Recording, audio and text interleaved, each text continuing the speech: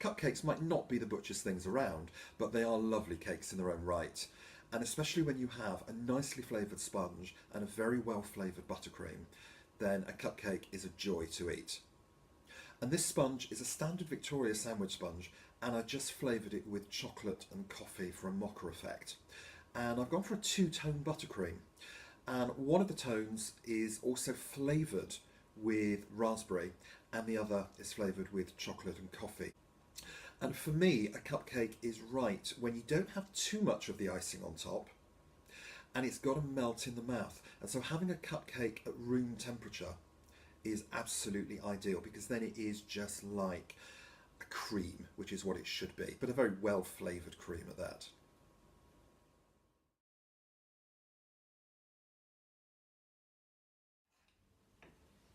For the two-tone effect, you take a batch of plain buttercream and you split it into two portions.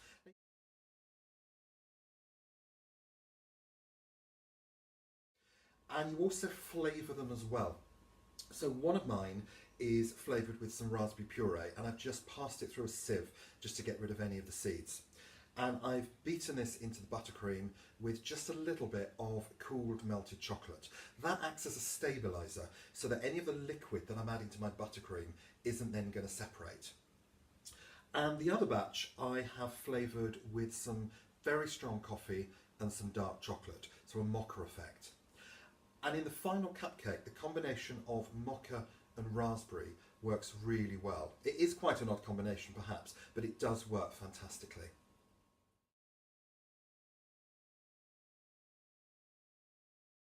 One of my top tips when it comes to piping buttercream is to make sure the buttercream is very smooth, but it's very, very soft. So if I take a spoonful of it, it should just drop off the spoon back into the bowl without any effort whatsoever.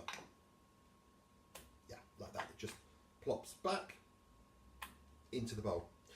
And what that means is when I come to pipe it, I don't have to put any pressure on it. It will just pop out of the nozzle very, very easily. If it's too firm, I'm really going to have to squeeze hard on the piping bag, and sometimes that can just make the nozzle shoot out the other end and you just get this mess of buttercream, and that's happened to me on so many occasions. This is the fun bit for me.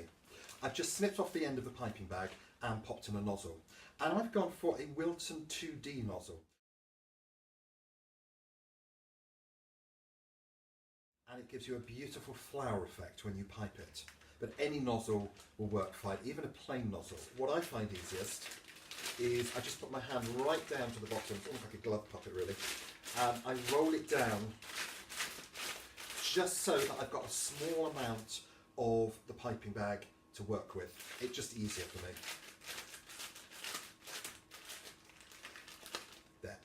And that then is going to be easy for me to try and get one of the buttercreams maybe to the left hand side and the other to the right hand side. Some of it will definitely blend, but it really won't be enough to mess up the look that you're going for.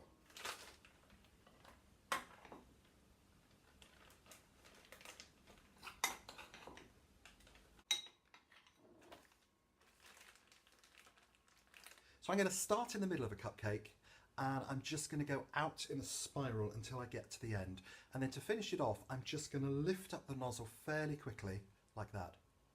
And that will just make sure I've got a clean finish.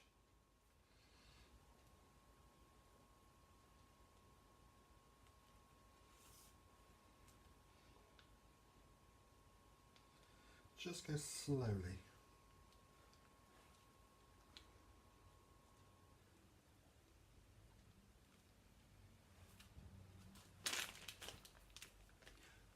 After a few, you might just have to twist the nozzle.